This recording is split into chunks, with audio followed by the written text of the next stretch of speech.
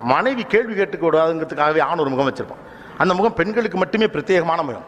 தெருமுனையில் tea கடையில் மச்சான் அப்படிங்கிற லெவலில் ஜாலியாக பேசிட்டு உள்ள வரையிலே ஒரு டோன் வச்சிருப்பார். அப்படியே ஃபாலோ பண்ணுங்க. ஓகே, உள்ள வரையிலே தலையை அப்படி பிடிச்ச மணி தான் வராப்புல வந்து வாக்கல. ஏங்க அப்ப நான் முதல்ல காஃபியை போடு, தலை வலி உயிர் போகுது, நேராக கிடுக்குன்னு போவாப்புல, கையிலேயே மாற்றுவா. அப்பயே அடுத்த பிளானை போட்டுருவாங்க. நெக்ஸ்ட் என்ன பண்ணணும் அப்பயே பிளான் ஆயிரும். சரி, ஏதோ அவரே பாவம் 1008 வேலையில தலையில ஒன்றும் கிடையாது, திருமணியில தான் டீ குடிச்சு வந்திருக்காப்புல. கிட்டத்தட்ட 3 மணி நேரமா அங்கதான் இருந்தார் அவரு. அந்த தலையை பிடிச்சிக்கிட்டே வீட்டுக்குள்ள வந்த வாக்கில் உள்ள போய் கையெல்லாம் கட்டிட்டு வெளியில வந்து காஃபி கொடுத்த உன்னையும், எங்க உங்ககிட்ட இந்த காஃபியை நான் குடிக்கணுமா வேணாமா? அடுத்தது அந்த அம்மா விடாது, காஃபி குடிக்கிற வரைக்கும் பேசாமலே நிற்கும். காஃபி குடிச்சு முடியலே டக்குன்னு டிவியை போட்டுரும். என்ன பிளான்?